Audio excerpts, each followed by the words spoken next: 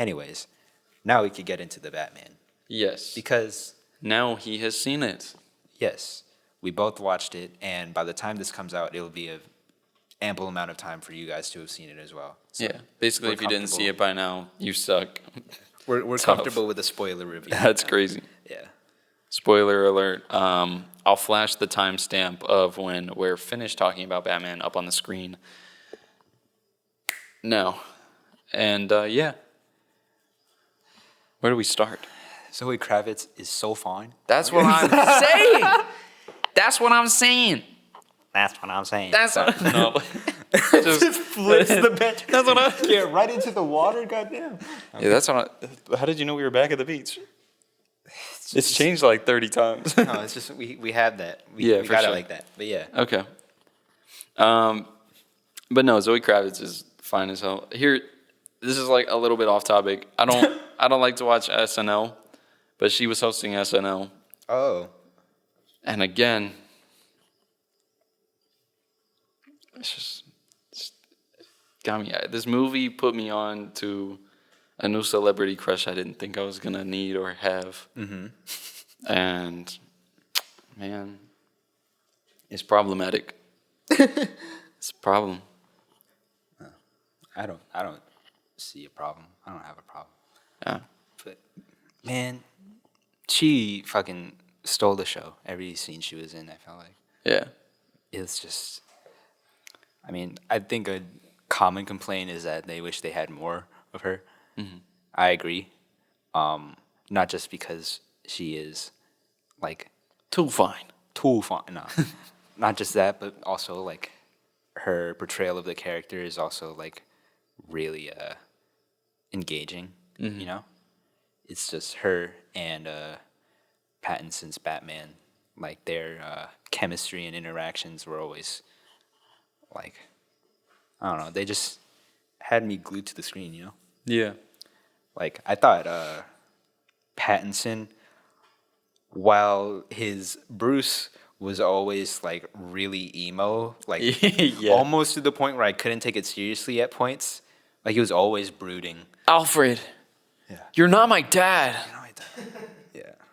I know. We all know. I know. Man, justice for Alfred, because he basically got told, you're not a real father, and then he got blown the fuck up. You're right. Like, man, oh my God. And he was still like, your dad was a great man. Yeah. Don't ever. Alfred has Talk always about been like the moral compass for him. Yeah. So it makes sense that like this is no different. But just I wish he got his justice. Yeah. His vengeance. Yeah. But yeah, I think all of the characters were extremely well casted. Like Colin Farrell as the Penguin. Yeah. It blew my mind looking at his makeup and transformation because he really like melded into that role and he really felt like the Penguin that came to life from the comics. Yeah. Like oh, and Paul Dano's Riddler was. I thought he was good. I think he there's a chance he might be on the spectrum.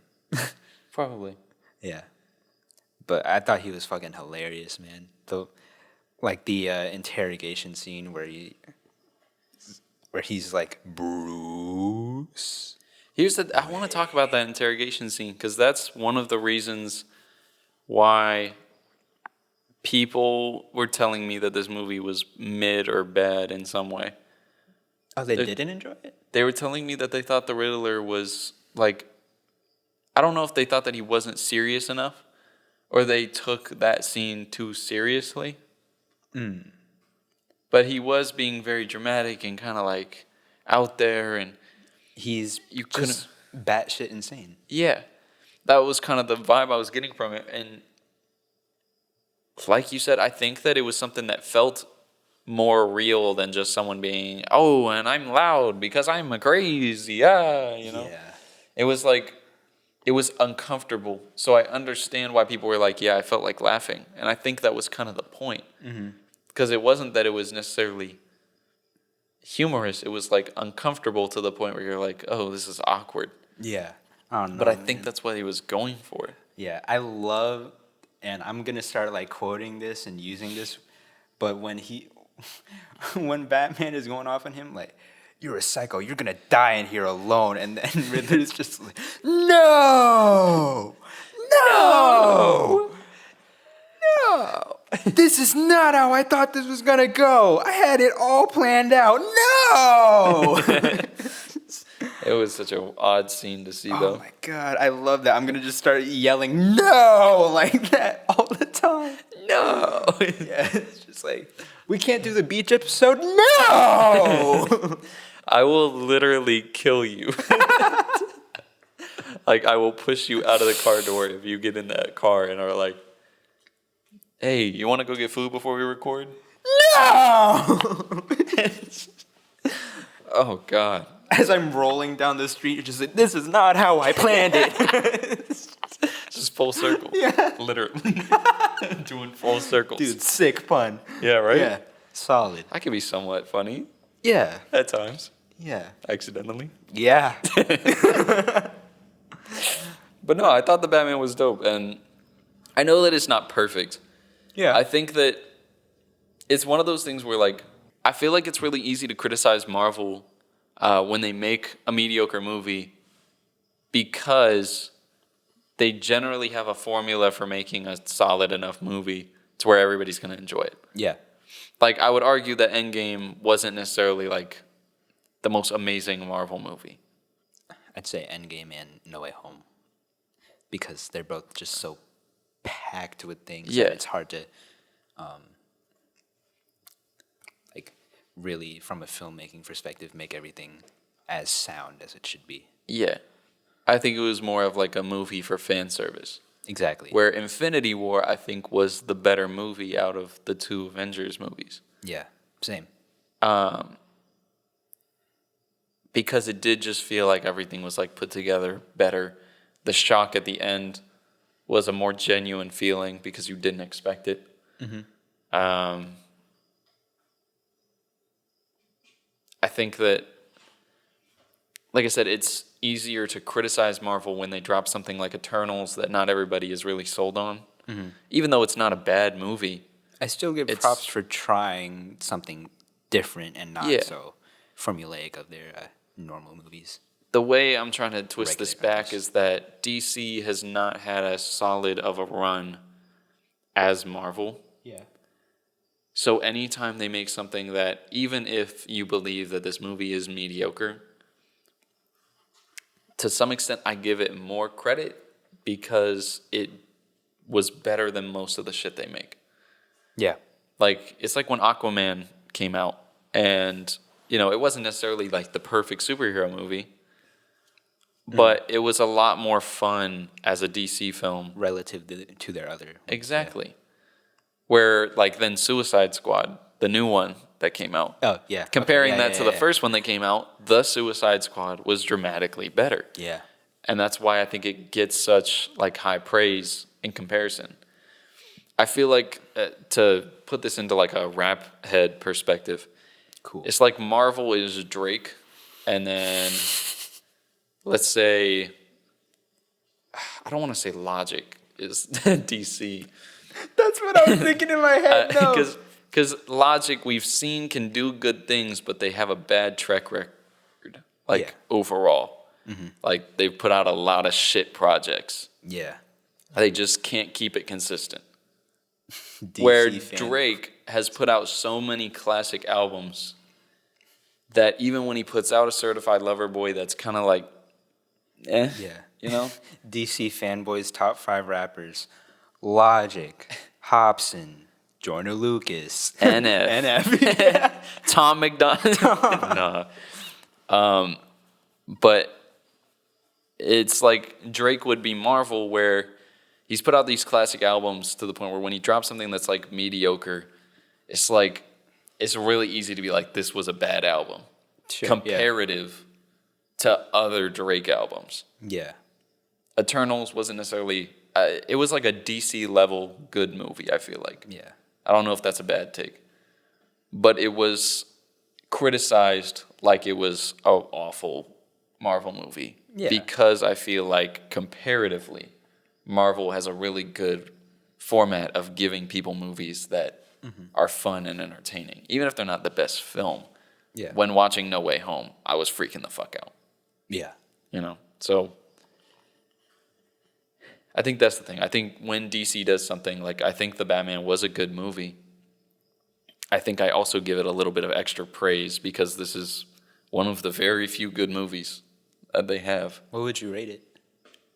I mean, I wouldn't disagree with my friend. He was telling me that it was like a 7 to 8 out of 10. IGN gave it a 10 out of 10. I was thinking 9. 9, yeah. Because that's the thing, is it's still a really good movie, and there are parts that did take me out. I really loved it from like a cinematography perspective. Yeah. I thought that there were parts in the story that were just a little bit too hand-holdy, like too much of like a, oh, hey, like, here's this thing.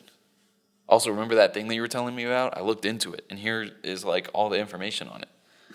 It was like cool at some points, but some of the interrogation and like investigation stuff, I felt like a lot of it could have been cut, left a little bit more of a mystery, and still could have given us a solid movie while cutting down some of the runtime. But I do feel like this more investigative, like detective feeling Batman, this more expressive Batman, was a lot more of an interesting take than I've seen. Yeah. Huh. I think the riddles themselves were pretty cool and clever. Like it had enough levity in it to not just make this a moody, like just sad, like grunge film. Yeah. Like the thumb drive one. Yeah. I was like, oh, that's cheeky. He's got a sense of humor. Yeah, that's cheeky. The URL one. I thought that was clever. Yeah, no hablo español. Yeah. What are you showing me? I've seen the jokes where they're like, the Batman just proves that you can always do an Italian accent. It's never racist. Like, if you want to make fun of Italians, it's completely okay. Yeah, pizza. Hey, you never heard of Espanol? Yeah. But yeah, I think it was a solid 9 out of 10. I wish Batman walked faster. That man said, Yeah. I am the shadow. it was so that he could match up with the music, honestly. Oh, yeah. Yeah. It's in the the universe. Like he has a speaker on his mouth. Yeah. I think I just did Darth Vader. Star Wars, yeah.